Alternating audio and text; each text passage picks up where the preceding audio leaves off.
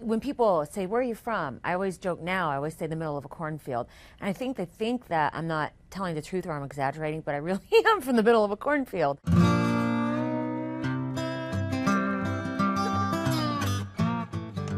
There was lots to do, you just have to think of it, right? Oh my gosh. I must have spent so many teenage nights rolling, and don't jump to conclusions, rolling in my hometown was TPing. I had my own way of getting the toilet paper way, way up in the trees. So I was a baton twirler, a majorette in high school, and I learned to pop the end off, the rubber end off the baton, and put the toilet paper down on it. And if you flicked it, oh my gosh, it went really far. So I grew up as the minister's kid, and my dad was very strict. We weren't allowed to say the word darn, but he would allow us to go TPing to get people back.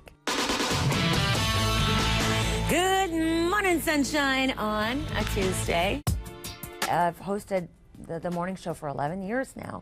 11 years. I'm not gonna lie, I wear earplugs. And I take melatonin. I have a sound machine, a white noise machine, and I plug in like the HEPA filter, because that's really loud. I put my iPhone right by my head, and it's off. So if a newsroom calls and it's before the alarm goes off, I'll just tell you.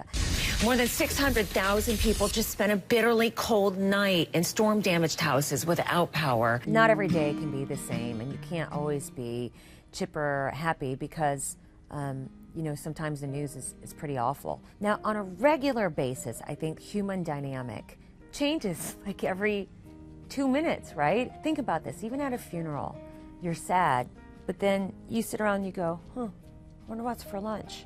I think that's just so human. I know that while the news may not be good, it is my job to send you out the door, feeling like you can take on the day. Otherwise, if you don't frame things right in the morning, I'm liable to make somebody go right back to bed and go, screw it. We keep the mood up, first of all, in the commercials. What you don't hear at home is we jam to a lot of different music. If you're going to do lighting for our show, you are required to also do music. And I mean, you've got to be on it. You got to be on the music when that commercial ends, because it's only 2 minutes. So it's become the de facto job of the lighting director. I do wish we had a show. This would be a great reality show of just what happens in the brains. It's almost like you joke, there's an HR kiosk right in front of our